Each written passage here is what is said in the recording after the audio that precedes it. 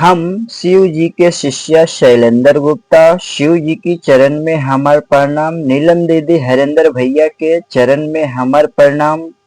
ये जितना शिव चर्चा कथा सुने वाला बानी लो, भाई बहिना, गुरु बहिना, माता बहिना, वहाँ लोग के चरण में प्रणाम। ये छठ मैया के कथा सुने वाला जितना भाई बहिना, गुरु बहिना, माता बहिना बानी लो, वहाँ लोग के चरण में हमार प्रणाम। हम बहुत ही सुंदर छठी मैया के कथा लेके आइल बानी रउरा लोगन के बीच में। उम्मीद करतानी कि हमार छठी मैया के कथा पसंद आई तो कमेंट में जय छठी मैया जरूर से जरूर लिखेम लोगिन। हर हर शंभू, जय भोलेनाथ, कार्तिक गणेश की जय हो, छठी मैया की जय हो, माता भवानी की जय हो।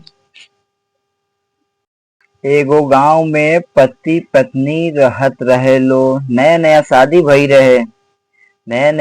भई रहे तो वो लोग को देह से अभी एको वो लइका फैका ना रहे। तो छठी मैया के कृपा से 2 साल बाद एगो लड़की भइली। फिर कुछ दिन बाद एगो औरी लड़की भइली। ऐसे ही छठी मैया की कृपा से 3 गो लड़की उनकर हो गईली। बहुत गरीब रहे लो, मेहनत मजदूरी करके अपन घर के रोजी रोटी चलाओ लो। 2 वक्त की रोटी के लिए मेहनत मजदूरी करो लो। ऐसे ही मेहनत मजदूरी करके वो अपन घर चलाओ लो। ऐसे ही कुछ दिन बाद उनका पति के बहुत खतरनाक और भयंकर बीमारी लाग गई। अब बीमारी लाग गईला के बाद समझी कि बीमारी के इलाज करावे खातिर पैसा ना रहे। मेहनत मजदूरी करके इलाज करावस। डॉक्टर भी घोषित कर देलक, मना कर देलक कि ये बीमारी के इलाज ना हो सकेला, काहे कि तारा लगे तो इतना पैसा नहीं खे ये बीमारी के इलाज खातिर।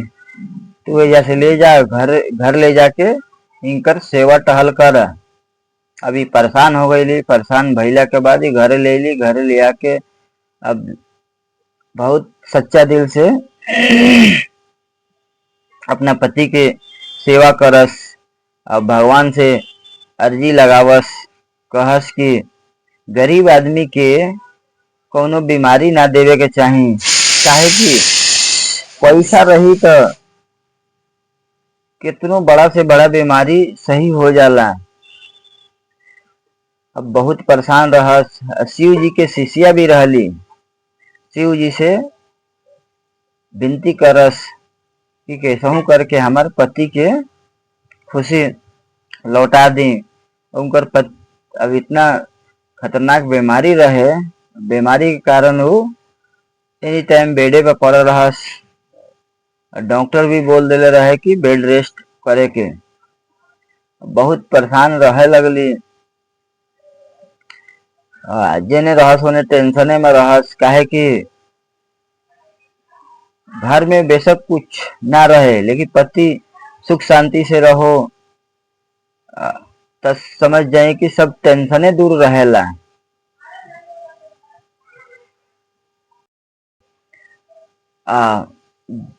घर के गेट पे ही बैठ के ही रोवत रहली।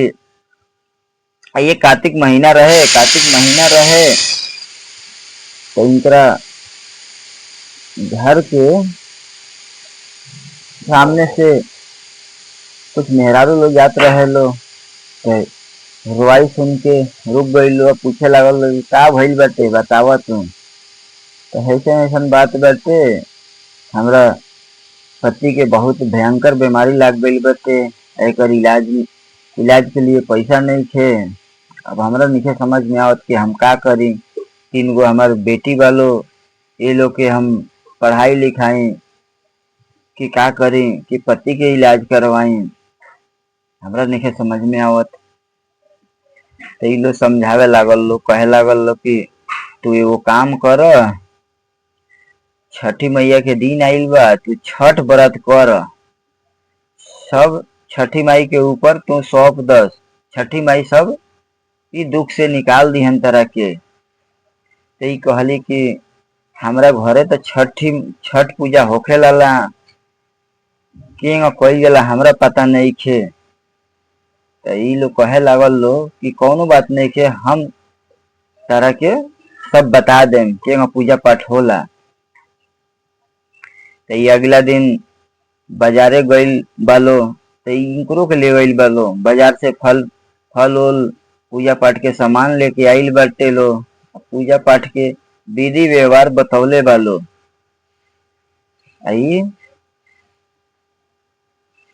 छठी मैया के व्रत भूखल बाड़ी, व्रत भूखला के बाद बहुत सच्चा मन से छठी माई के व्रत भूखल बाड़ी, सब छठी माई से अपन दुख बतौले बाड़ी।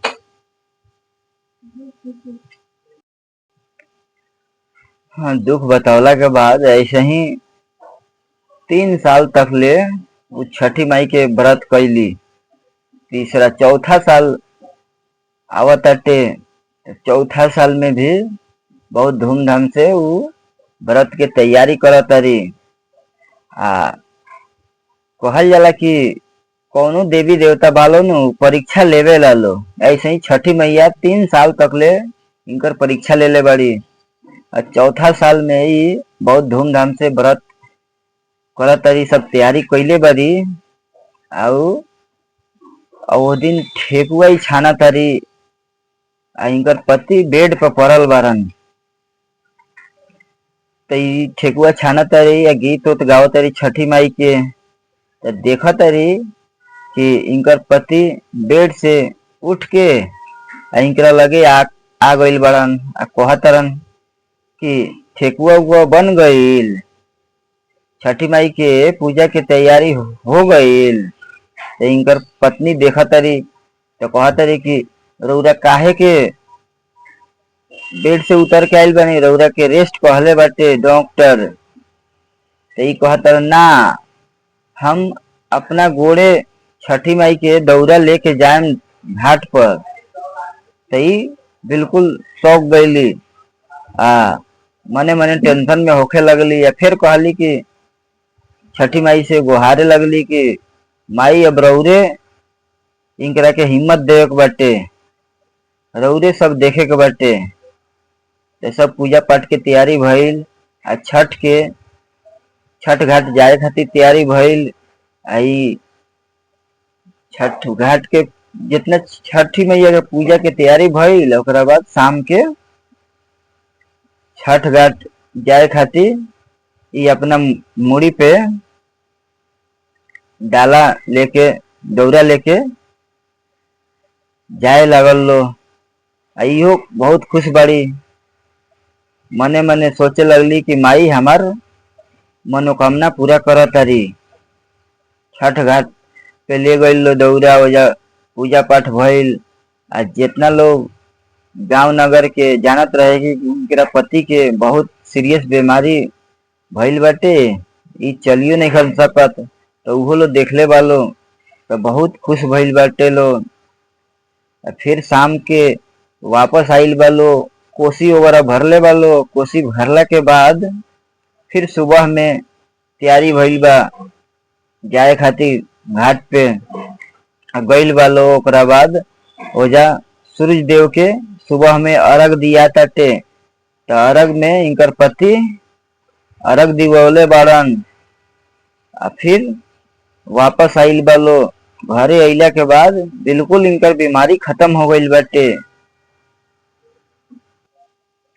ऐसे ही हंसी खुशी उनकर पति के जीवन लौट गइल, फिर हंसी खुशी रहे लागल लो। यही से कहल जाला कि कौनो देवी देवता के पूजा कइल जाला सच्चा दिल से, तो उ जौन मनोकामना रखल जाला उ मनोकामना जरूर से जरूर पूरा होला। छठी मैया तो ऐसा दाता है कि जे कोई मनोकामना रखले बा तो उ तो पूरा होखबे करेला। काहे कि कौनो देवी देवता बा लो उ परीक्षा लेवे ला लो। परीक्षा में बेशक थोड़ा लेट लाग जाला, टाइम लाग जाला, लेकिन उ जौन मनोकामना रखल जाला उ पूरा हो। हम यही जाई कहानी के अंत करे जातानी।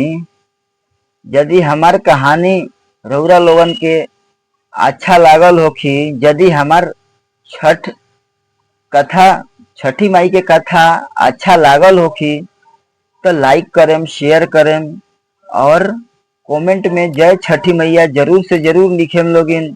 जैसे वो गरीब परिवार के छठी मैया दुख से निकलली, वैसे ही हमनी सब के जितना ही कथा सुने वाला बानी लो, वहाँ लोग के छठी मैया जो कोई मनोकामना रखले होखे लोगिन, छठी मैया पूरा करें। जय हो छठी मैया।